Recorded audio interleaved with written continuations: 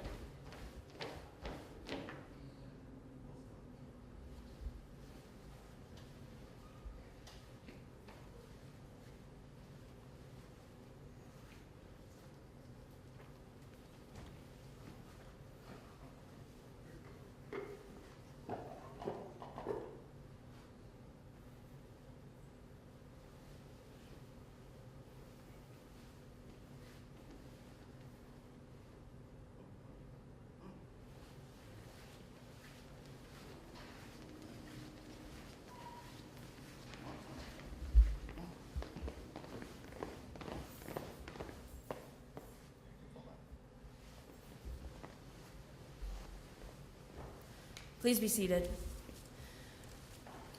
Good morning and welcome to the 2017 Veterans Day ceremony at Fort Hays State University. We extend a heartfelt thank you to those here this morning who have put their lives on the line by serving their country and who sacrificed so much that many might live in freedom and who paved the way for future generations of soldiers, sailors, Marines, and airmen. We would like to extend our thanks to the Army Reserve Unit who has provided the color guard for today's event, and special thanks to the group responsible for today's activities, including the Center for Student Involvement, Center for Civic Leadership, Office of Inclusion and Diversity Excellence, Student Veterans Association, Student Government Association, Department of Leadership Studies, and the Military Friendly Committee. Their collaboration shows the support for the veterans on this campus. Now, these awards I cannot claim as my own, and I thank Brittany for finding them from the Department of Veterans Affairs website, but they are fitting for today.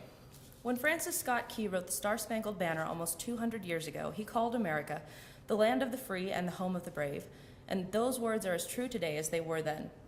Throughout this nation's history, America's soldiers, sailors, airmen, Marines, and Coast Guardsmen have bravely answered the call to defend our freedom, to aid our friends and allies, and to turn back aggressors. We can never fully repay our debt of gratitude to the more than 650,000 American service members who died in battle, or the 1.4 million who were wounded. We can, however, recognize and thank the 25 million veterans still living today. These words are inscribed on the Korean War Memorial in Washington, D.C. Our nation honors her sons and daughters who answered the call to defend a country they never knew and a people they never met.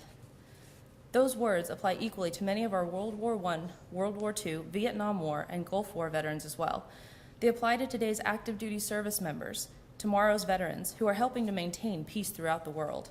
Today, it is our privilege to say thank you to all of America's veterans, to let them know that we appreciate them for their service and honor them for their sacrifices.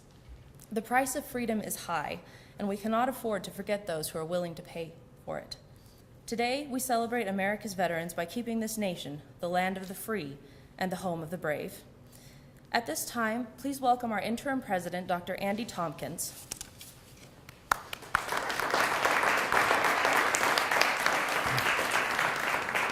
Well, good morning and welcome to today's ceremony, and thank you for attending. I'm honored to be with you on such an important occasion. We're here to honor our service members and to remember the sacrifices they have made. Veterans Day in the United States and Remembrance Day in Canada and England were originally called Armistice Day. Armistice Day was the day on which the Armistice Agreement between the Allies and the Central Powers was signed, ending World War I at 11 o'clock on November 11th, 1918. At the time, many people thought there would never be another war. After World War II, though, England and Canada changed the name of Armistice Day to Remembrance Day, and the United States changed the name to Veterans Day to honor those who have served in the armed forces during all of its wars. We're here today to honor our heroes, to remember their achievements, their courage and their dedication, and to say thank you for their sacrifices. We stand in the midst of patriots and the family and friends of those who have nobly served. The service members we honor today came from all walks of life, but they shared several fundamental qualities. They possessed courage and pride, determination, selflessness, dedication to duty and integrity, all the qualities needed to serve a cause larger than oneself. Many of them didn't ask to leave their homes to fight on distant battlefields. Many didn't even volunteer. They didn't go to war because they loved fighting. They were called to be part of something bigger than themselves. They were ordinary people who responded in extraordinary ways in extreme times.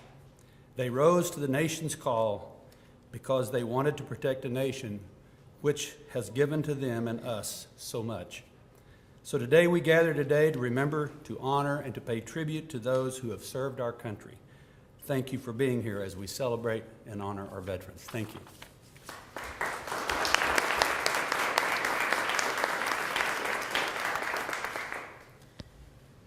Thank you, Dr. Tompkins. And now we are honored to introduce our featured speaker for today, Sergeant Jared Wickham. Sergeant Wickham served for 14 years in the United States Army, deploying overseas 4 times and serving in Operation Enduring Freedom, Operation Iraqi Freedom, and Operation Southern Watch. He is currently serving as the Vice President for the FHSU Student Veterans Association.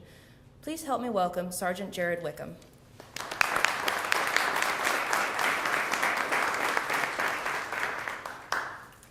Thank you. Thank you, Kelsey.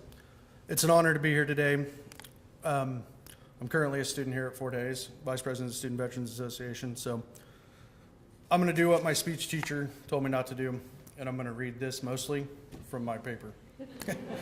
So I'd like to welcome all of you here today, all the faculty, staff, students, distinguished guests to the Fort Hays State University Veterans Day ceremony. I'd like to say thank you to a couple of people before I forget. If I don't read it, I will leave someone out. My first thank you goes out to all the veterans that are here. Without you, all that you've done, all the sacrifices you've made, we wouldn't be here today. We wouldn't be part of this great nation. So, thank you. A special thanks to all you veterans. The second person I would like to thank is none other than Fort Hays State's own retired First Sergeant, Dr. Seth Castle. Seth's a good friend of mine. Proudly served in the United States Army with him for 14 years. Had a lot of good times together. Seth's a good friend, and I asked him if he was going to be here today in case I fell on my face on the way up here. That way he could speak. Seth's actually at another event, so that's just like him, putting himself before everybody else. So he gets a bye. I would also like to thank the faculty and the staff. This is a great organization. I'm a little bit of a non-traditional student, a little older than all the other kids in most of my classes. So I was pretty worried about it, and I'm sure they knew that. I probably called 15, 20 times a day to make sure everything was in line when I started. That's the Army way. Make sure you're prepared. I'm sure they had caller ID. I'm sure they regretted picking up the phone, but they were more than helpful. They've done everything they could to make me feel welcome, and I'm proud to be a student here. Their VA department here, second to none. They'll help anybody. I'd love to thank my entire family and friends for all the support that they've given me through my years of service, and now as a student. They always stand behind me. And lastly, I'd like to thank my wife. Talk about a strong woman. My son was 3 when I deployed for my 3rd deployment. She was a full-time mom, a full-time student, and employed full-time at the bank. She's given up way more than I ever have. Her sacrifices are greater than mine. So thank you, honey, for all you've put up with. I guess I should tell you a little bit about myself. I joined the Army as part of the 388th Medical Logistics Battalion in October of '98, my junior year in high school. I looked up to all those returning from my town, my fellow soldiers. They were big, strong, independent people. That's what I wanted to be. So joining the Army wasn't really a question. It was what I was supposed to do. So I joined as a medical supply specialist, a 5-week course that was supposed to be easy, come home real quick. Well, that's not the Army way. We went to basic training. Times and dates were off. We showed up in San Antonio for AIT training 2 days late. Too bad, classes started. So now I became a 5-week holdover, and that was my first look into military time. All you veterans know it as hurry up and wait. But it was good. We were in San Antonio, and who wouldn't enjoy 10 weeks in San Antonio? So after being here for a couple of years, I got bored, so I grabbed my battle buddy, Seth Castle, and we headed off to Armorer School at Fort Riley. When we were at Fort Riley, a couple of weeks into class, and we were woke up to a radio announcer saying that the World Trade Center had been struck by an airplane. Neither one of us knew what to thought, but all we knew was it was serious when they said a second plane had hit the Trade Center. So that changed our lives as well as everybody else's. So I never really pictured myself sitting on a base with tanks at our front doors, concertina wire, everything, especially when they were just my barracks. But I never felt safer and more proud to be in the Army. So the very next month, we found out we were going to deploy. We were leaving in January of 2002. We deployed to a little country of Qatar, which is a peninsula off Saudi Arabia, in case nobody knows where it's at. It's okay. I didn't pay attention in geography class, so I had no idea where it was at. I had never heard of it. So we spent 8 months there. We did a lot of different missions. We set up medical warehouses, things that they didn't have. We were kind of some of the first groups in. Nobody knew what we were doing. We were just a bunch of kids. We came home after spending 8 months there. We're home for a couple of months to find out we were going to redeploy in January, again, back to the desert. So we spent 8 months there again and came home. So after being there for quite a while, came home and got a nice break. Was home for a while, lots of training. Training had changed. Training was now real world training. Before you only trained to do what you thought could happen. Now we trained because we knew what had happened. So in 2007 and 2008, we deployed once again, this time for a year. We came home from that deployment and something was missing, but I couldn't figure out what it was. So we spent some time at home, and then finally, my last deployment came in 2011 to 2012. Once again, I returned home. Everything went back to normal, but yet something was still missing. So at that time, I decided that it was time to get out of the military. It was my time. So I wanted to focus on my family and my career. I'd missed quite a few of my son's birthdays, and when I found out my daughter was going to be born, I decided that I was going to be a family man. So I got out of the military, and I've missed it ever since. So I'm going to read to you now a list of conflicts that the United States has been involved in. The American Revolution, 1775 to 1873. War of 1812, 1812 to 1815. Mexican War, 1846 to 1848. Civil War, 1861 to 1865. Indian Wars, colonial area to 1890. Spanish-American War, 1898. World War I, 1914 to 1918. World War II, 1939 to 1945. Bay of Pigs, 1961. Vietnam War, 1961 to 1973. Dominican Republic, 1965. Lebanon, 1982 to 84. Grenada, 1983. Gulf War, 1991. Somalia, 1993. Bosnia, 1994 to 95. Kosovo, 1999. Global War on Terrorism, 2001 to present. Afghanistan War, 2001 to 2014. The Iraqi War, 2013 to 2010. War against the Islamic State, 2014 to present. All of these soldiers in these conflicts have something very powerful in common. A few weeks ago, I finally realized what that was. We were at a wedding, a fellow Army buddy's wedding, and Seth Castle helped me answer that question without knowing it. At the end of the night, we were getting ready to part ways, and Seth hugged me and said, "I love you, brother." That was the answer, brotherhood. That's what was missing. He had answered my question. I came home, I didn't know what was missing, but it was that brotherhood. That's what all of these soldiers and all of these conflicts have in common. Brotherhood or sisterhood in the military. Sometimes we are separated by time and distance, but brotherhood is something that can never be taken away. I know that all the veterans here understand what I'm talking about. We grow up, move on in individual lives. We often forget small things, don't see each other, but when we come back together and we're lucky enough to run into one of our military brothers or sisters, it's like if no time had passed. We often reminisce about the good times, the bad times, sometimes things we shouldn't speak of. We all got in trouble once or twice. So when we see these people, like I said, it's like no time has passed. Nothing is ever forgotten. You're tied to these people. I'm sure that most of our spouses get tired of hearing these same stories, over and over and over again. So again, thank you, honey, for listening to them multiple times. But this is something that we have, a special bond. I don't know that anybody who's never been in the military will quite understand that bond, but it's a bond different than you have with your spouse, your family, or your children.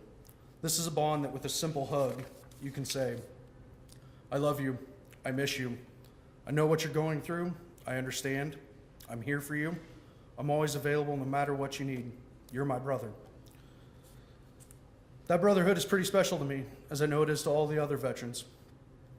As a proud student at Fort Hays State University and the Vice President of the Student Veterans Association, I look forward to forming new bonds, building a new brotherhood. If there's any veterans out there that are currently going to school, thinking about going to school, or going back to school, please come visit with us. We're here to help. We are your brothers. We will do anything for you and everything for you that we can. So now that I've taken enough of all of your time, I'd like to one more time thank you all for being here. Thank you to the veterans. Seth, even though you're not here, I know it's being recorded, so thank you, Seth. You answered my question. So I'd like to not only thank the veterans who are here, but I'd also like to thank the veterans who are not here.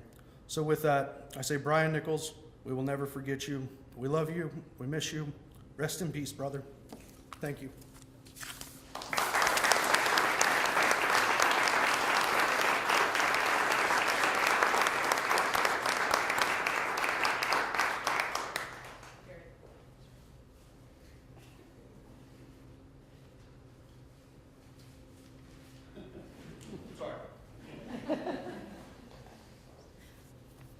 Thank you, Jared.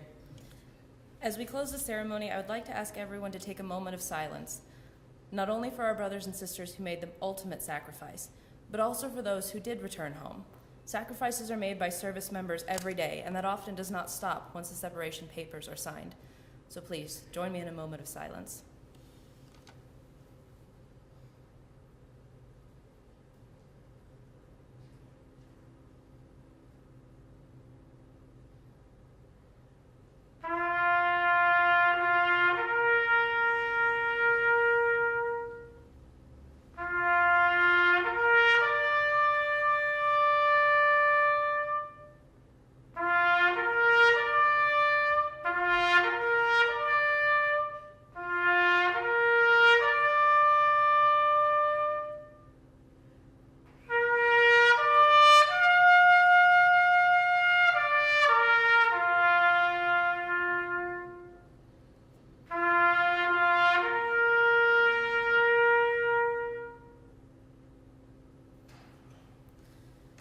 Thank you to Miss Abigail Hirsch. Thank you again for attending the ceremony to honor our veterans this morning, and please stick around and help yourself to refreshments, and we encourage you to visit the organization's hosting tables and view the educational displays by our memorial dedication. Also, tomorrow there will be a recognition of veterans at the final regular season football game at 2 p.m. as the Tigers take on Nebraska Kearney. Thank you for attending today, and would everyone please stand for the retiring of the colors.